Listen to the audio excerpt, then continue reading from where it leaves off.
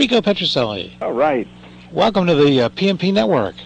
Well, it's good to be with you. I really am excited about what's been going on. You know, it's hard to believe. In my middle age.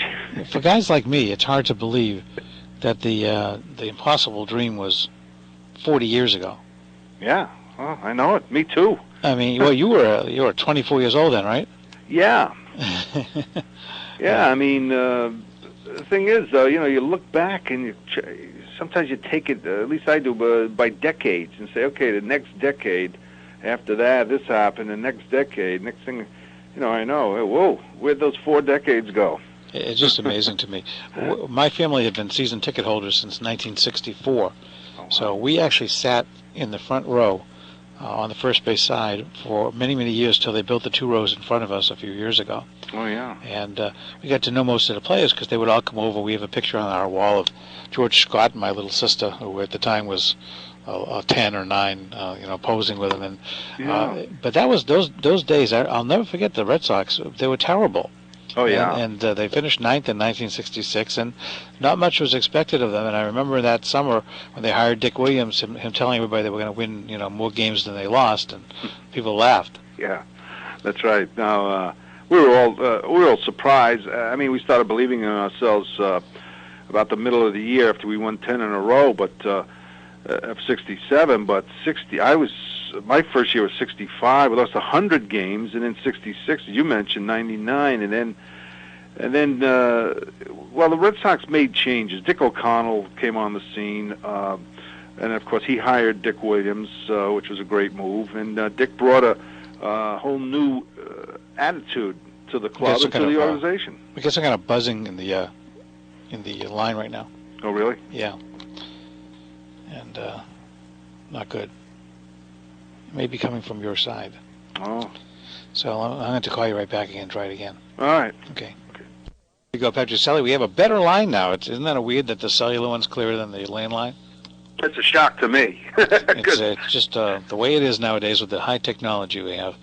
But, I know. So we're talking now low technology. Let's go back again to 1967. By the way, Rigo has written a great book. It's called Rigo Petrocelli's Tales from the Impossible Dream Red Sox, by Rigo Petrocelli with Chaz Scoggins, and it's from Sports Publishing, LLC.com. It's available in all the bookstores. It's online, and you can get it at sportspublishingllc.com as well. First of all, I guess before we even start here, before we go back in time, why did you end up writing a book? Well, I'll tell you, I was approached a few years ago by Sports Publishing, and even before that, individuals. And I said, no, there's a lot of books out. I said, geez, another book on the Red Sox. And then Chaz Scoggins, who I've known a long, long time, Sports Publishing, he's written a couple of other books for them on players. And he gave me a call and said, geez, 40 years now, this is a great one. Would love to have you do it. And I said, well, it's probably my last chance to talk a little bit about that 67 team, and the Red Sox are planning a number of celebrations this year. So I said, all right, Chaz, let's go do it. And so I don't know if it was a different writer. I don't know if I would do it. I know Chaz for a long time. He's a great guy, and he's an excellent writer, and I just felt really comfortable with him. You've still been a presence in Boston. I mean, you still come to the Fenway, and people still recognize you, and you've been involved in broadcasting and other things as well. So your name is still out there, which is, again, 40 years later, it must be kind of surprising to you. Well, yeah, but we still I know Jim Longborg lives in Scituate, and a couple of the other guys live in the area, and it's the same thing with them. People still come up to them and talk about or want to know, what it was like in '67 with that ball club, and it's always fun, of course, and even younger kids who kind of read a little bit about Red Sox history will come and ask some questions. So, yeah, it was just such a great year and such an important year. I mean, it was really important. Little did we know at the time how important it was to win, to have an improved team to give the fans some excitement, because as you mentioned earlier, we were talking about how few people were in the stands in 65, 66, 64, those early 60s. So This brought a lot of fans back. Yeah, we were there and paying for games and getting season tickets, and the Red Sox rewarded us by moving us from first row to third row and by jacking up the prices. But hey, that's the way it is, I guess. There's not much I can do about it. I will remember one thing about the '67 season. It was I remember the end of the year, and Kai Yastrzemski had almost a superhuman effort. He hit over 500 for like the last 10 games, and he was amazing. Oh, he was amazing. He was so hungry. I mean, he wanted it. He wanted to win. I came up 65. He came up in 61 with the bad team, so he had a number of other tough years as far as winning was concerned. So when Williams came on the scene and he says, "Guys, we want to win here. We're going to win more than we lose."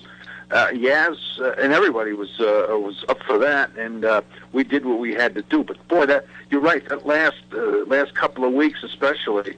But actually, all year, Carl was just on another level. He was so unbelievable, knocking in runs, throwing guys out, taking the extra base. He did it all. A lot of people forget, too, that when Carl came in, the pressure must have been enormous. He was, quote-unquote, the replacement for Ted Williams. Yeah, right, which is impossible. But, our fans are, we'd like to see another star. And Yaz had gotten a big bonus at that time, and he was getting a lot of publicity. Not so much that the press was, or the Red Sox were saying he was going to be the next Williams, but the fans were looking for somebody great, Exactly. And he pressed in those early years. And there were detractors as well, and again, because you can't be Ted Williams, and did you ever get to know Ted? Yeah, I was very fortunate. He was just great. I mean, I wrote him a few times in the off season when I was in the minors, ask him advice on hitting, and he would come to spring training and love to work with the young players and teach hitting. And he got so excited every time you talk to him, you can hear him, for miles, get pumped up about what to do up at that plate. And he was bigger than life. What a swing! I'll never forget it. In spring training, when he was working with the young kids, he was showing one of the kids about hitting, and the guy was a left-hander too. I was out in the outfield with mostly young players who stayed back because the big team went to play an exhibition game, and he got a little frustrated with the pitcher because he wasn't getting the ball over. The guy was probably scared stiff.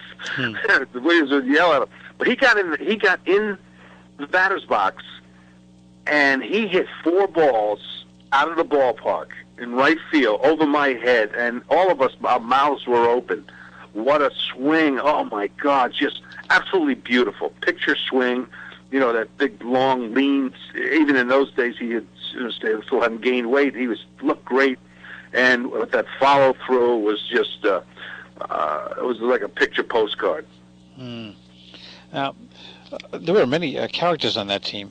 One of the great quotes in this book, and I'm trying to find it, but it was a Ted Williams quote about George Scott, that he was like talking to cement or something like that. Okay. Oh, Dick Williams, yeah. Yeah, Dick Williams. Well, Dick Williams got on George a lot because he felt he had to. He felt he had to get on George to get the best out of him. If he didn't, then he was worried that George would get a little bit too laid back, and George had a little bit of a weight problem, so Dick weighed him almost started out in spring training every day, and then during the season maybe once a week. And if he was overweight, it could be a pound, he was sitting on the bench. I mean, Williams kept his word, and he just he did that with Foy, a few other guys as well.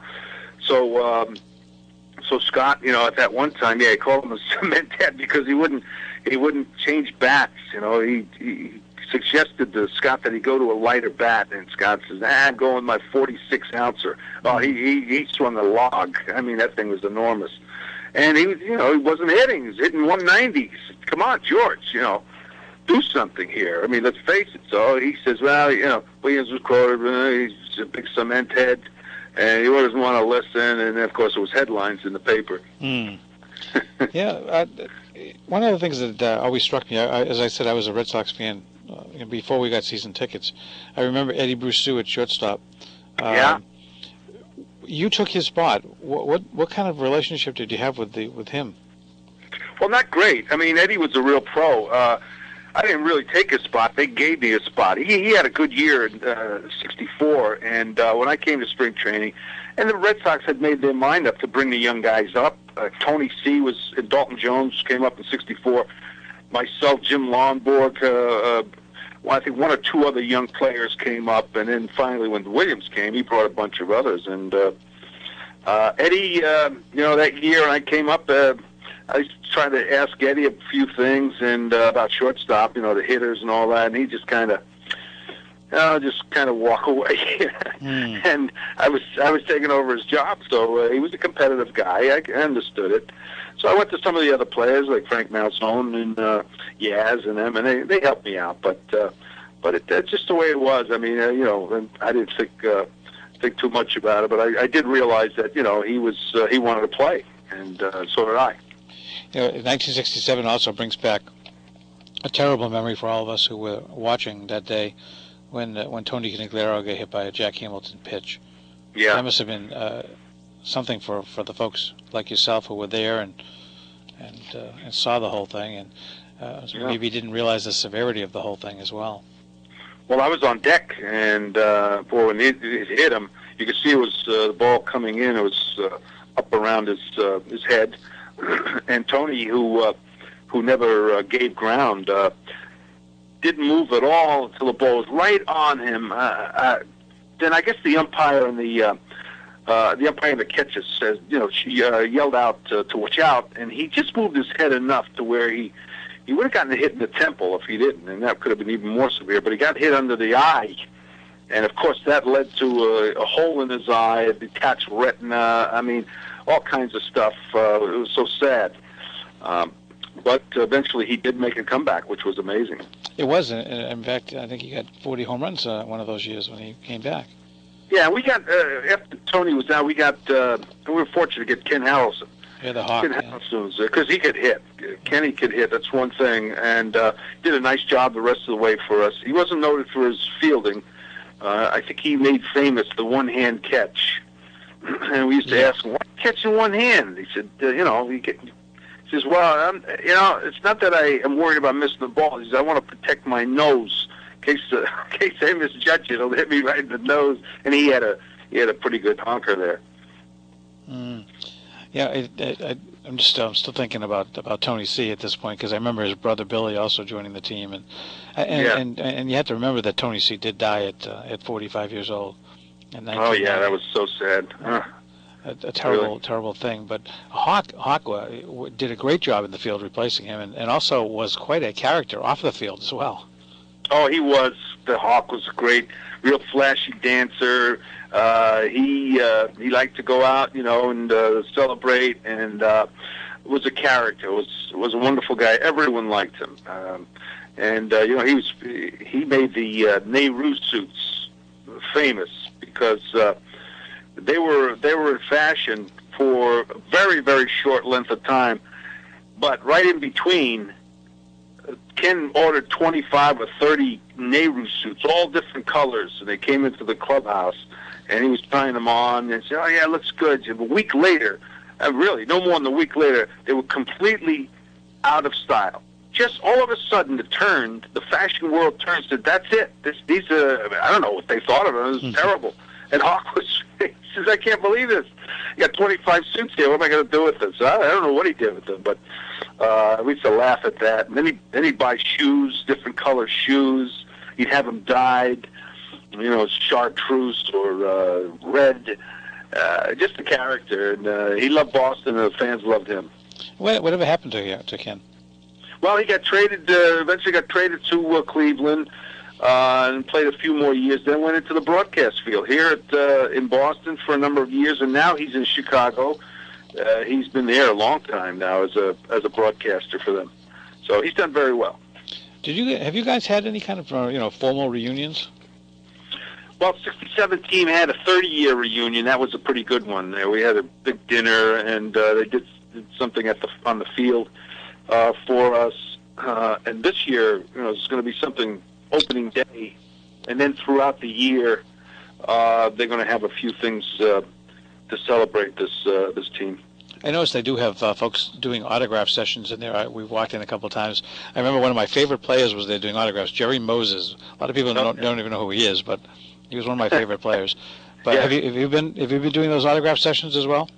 Well, I did one. I did one out there by the street. I forget what they call that, but the guys go there for an hour and sign autographs as the people are coming in. But I've been up in that the Legend Suite they have that they rent out every game, and they have a former player go in there and meet everyone and say a few words. Yeah, it's a lot of fun for us folks who've experienced it all, and for the young kids who are meeting a ball player that their parents may be talking about, but they may not know. Yeah. Jim Lomborg had an amazing year in 1967, and then had a ski accident or some situation happen. I remember that kind of derailed his career. He's a dentist now, but one of the things that I remember, aside from the fact that he had a great year, was the World Series, where he was just so tired, and Bob Gibson was just unbelievable. Yeah, Gibson was absolutely right. Great, won the 3 games, but Jim Lomborg decided to pitch him with 2 days rest, figuring that maybe a Lomborg, especially that year with 2 days rest is probably better than somebody with 5 days rest. At this point, so they went ahead and they started him, and you could see he just didn't have his good stuff. His curveball, fastball straightened out a little bit, and they got a few runs early off him, and of course Gibson was on. I mean, he was always on, and he pitched a great game. So, yeah, even with that though, because of the team doing so well, I mean, it was like we won it. I mean, just the fans just couldn't wait till next year. We couldn't either. We thought, of course, we were going to win it every year. But as you mentioned also that Lomborg got hurt and Joe Foy got hurt, a couple of other guys. They just didn't have that kind of year. They wouldn't pitch to Yaz. I mean, they were throwing everything in the dirt, walking him, and so it was different. It was tougher, but that '67 team really brought the fans back and kind of saved the franchise, and that's the big thing we're proud of. We're very fortunate to have been part of that. I mean, we all went through '67 together. We all went through '78 and all the different years that the Red Sox came close. And I'll tell you, I never thought I was going to see 2004, but what an amazing thing. How did you feel as a player seeing them go all the way? Well, I felt great. I really did, especially living here. And there were a number of players because I worked for the Red Sox organization up until '97, and had guys like Nixon and Veritek, Derek Lowe, 3 or 4 other guys that were on that team who were in Pawtucket. Ken Maka was the manager, was the hitting coach, and we saw those guys go through. It was just great to see them. But they handled it so classy. I mean, they thanked us, and they said, I remember the celebration in the clubhouse, guys, and Theo Epstein was saying, thank you to the former players. This is for you guys, too. It's just not for us, for the fans who waited all those years. And, boy, I thought that was real classy. It was. I just can imagine how you guys felt who went, to the 7th game of a World Series in an earlier year. Yeah, talking about Trot Nixon, he hit 3 hits for his new team. Yeah, Trot's, if he's healthy, he's gonna do well. That's the key for him to stay healthy all year. I don't think the Sox, if he hadn't gotten, injured all that time, they probably would have kept him. But you understand those things happening. That's part of the game. He understands it. I was fortunate never to get traded, and so when I was talking to the other guys, is the first time's the toughest because you look back, you're rejected by your old team, you think they don't like you anymore. They don't like you the way they used to, of course, because they feel they have to trade you and get somebody else in, but you can't take it personal. And then they said, well, after that, then it's if you get traded again, it's it's just here we go again. It's nothing. So, but I was fortunate. You were lucky. And talking about people who were here for a short time, Edgar Renteria comes up with 2 home runs yesterday and wins a game. Yeah, I saw that too. It's a surprise. He's if you stood next to him, he is big. He's a big guy. He's wide. He's agile for his size, but you say, wow, you think maybe this kid might hit 30 home runs some year, and all of a sudden he'll do what he did yesterday, hit 2, and then he won't hit one for a month, because he's basically a line drive hitter. And he'll end up with 10, 15 at the most. Mm.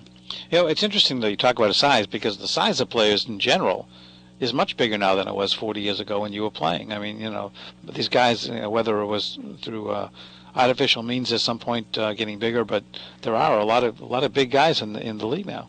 Oh, you're right. Look at Big Papi. God, he's like 260 pounds, 6'4", 6'5". And then you get guys, these other guys on all these teams, 230, 6'5", 6'4". Some of the pitchers, 6'8". You know, the kid, the guy for what's his name? Sexton for Seattle. He's 6'7". I mean, you know, you just don't see that many guys. But you're right. No, there are a lot bigger players nowadays. There's only a few Dustin Pedroias in the league. Yeah, right. And Eckstein. How about Eckstein over there? Exactly. I was like Eckstein. I wish the Red Sox would pick him up. Yeah, I wish they would have kept him. You're not kidding. Yeah, I like him. Yeah, he's a tough battler. You know, he's a competitor. He never gives up. I had the thrill of meeting some of the 67 participants when they ran a camp, and I got to know Dick Raditz and Gary Bell pretty well. Oh yeah. Tell us a little bit about those guys. Dick was really a great guy, big guy, but one of the nicest guys. And a great pitcher. He really had some great years here at the Sox. You know, one year I think he pitched 160 innings. This is for a reliever closer. And one year, I think he struck out 180 guys. It was just incredible. You know, but he was used a lot. He's maybe overused, but you know, it's tough. It's tough when you got a game on the line. You got a guy out there who you know can do the job. That is a closer, and sometimes he has to go more innings. Most managers will do that. But Raditz was just a great guy, too. He was funny, kept everybody loose. Bell, the same way. And those two guys used to go down to fantasy camp and be the commissioners. They would find players down there. This was the campers, you know, people who wanted to play. Yeah. And we just had a great time every time we went down there. But Bell was the same way. Bell could throw in the middle 90s. I'm telling you, he could throw. When he was with Cleveland, we faced him, and we used to have to take extra bats to go to Cleveland because guys like him and Sonny Siebert and Louis Tion at the time was there, and Steve Hargan could all throw up in the 90s. And boy, they were tough. They'd come inside. You said, "Whoop, another broken bat." There we go. Good thing I brought extras. So those two guys, I miss Raditz. I really miss Dick Raditz. He was just terrific. He was a great guy. Yeah. One of the interesting things about '67 was the emergence of a rookie pitcher who came close to getting into the Hall of Fame for a one pitching effort, and he pitched twice against the Yankees and was unbelievable. After that, kind of nothing. Yeah, Billy Rohr. Billy had that great game against the Yankees, and everything was going right for him. He, of course, certainly was excited about pitching in Yankee Stadium. And he had a great curveball that day. He was hitting spots. I mean, keeping the ball down. Everything you wanted for a pitcher to do. And I think there was only two tough outs. I think Tony C. made a running catch, and then Yaz made the great catch. The one that was on the album. One of the greatest catches we've ever seen in left field. Oh, that really was. Oh, they show that. When they show that on TV, you could see that it was absolutely unbelievable. And then, after that catch, we said, oh, yeah, he's got to do it. He's got to do the no-hitter now. And then here comes Elston Howard, who was no longer really able to swing the bat real well, and then he just got one off the inside, almost hit his fingers, and he just muscled it out over the second baseman's head for the first hit. Those guys Tony C. desperately wanted to get that ball. There was no chance, of course, to get it. But it was a great effort. It was. And then, by Rohr, and then he pitched one more good game, and after that, he got shelved. Yeah, and Elston Howard was the one who broke up his shutout in the second game as well, and Howard ended up with the Red Sox that year. That's right, yeah. Got him at the middle of the year. Yeah, I mean, it was so exciting. I remember watching that Billy Rohr game. It was something you'd never forget. Oh, definitely not. And he went on the Ed Sullivan show. As you recall, Ed Sullivan would bring on people like that, but have them sit in the audience and then introduce them. And then he did that, and Rohr got up there because we teased him in the clubhouse. next day that about him being introduced on the Ed Sullivan Show. My God, you that good? So I had some fun with him, but yeah. I mean, after that, it was weird. Just the guy just didn't have anything after that. Do you know what happened to him? Well, he lives in California. He usually comes to these type of reunions. He'd probably be here, but he's an attorney. He's done very well. Oh, okay. Attorney in Los Angeles. Yeah. There was a lot of interesting characters on that team, and Dalton Jones, who came up when you came up, was a great utility infielder. Boy, every time they needed him, he came in there and did the job.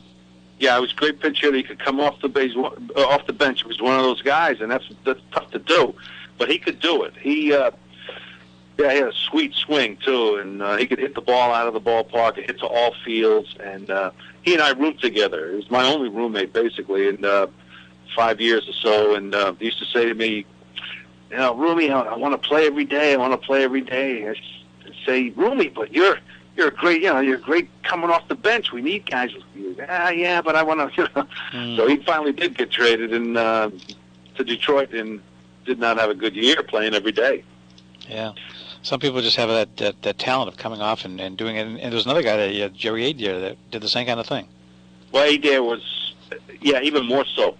Adair played a great field. Played shortstop, third base. He filled in second base, which was his normal position. He got all big hits for us time and time again. And then he got that big home run against the Angels where we were 8 runs behind and tied it up 8-8, and then Jerry hit the home run to make it 9-8 to win it. So, yeah, he was terrific that year.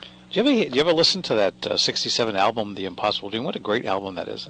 Oh, yeah, sure. That's I think it's a collector's item now. And it was it Jess Kane, I think, sang... Kaya Yastrzemski song. Kaya Yastrzemski. The man they call Yaz. Yeah. And, boy, it was a very memorable, terrific year, bringing back the interest in the Red Sox.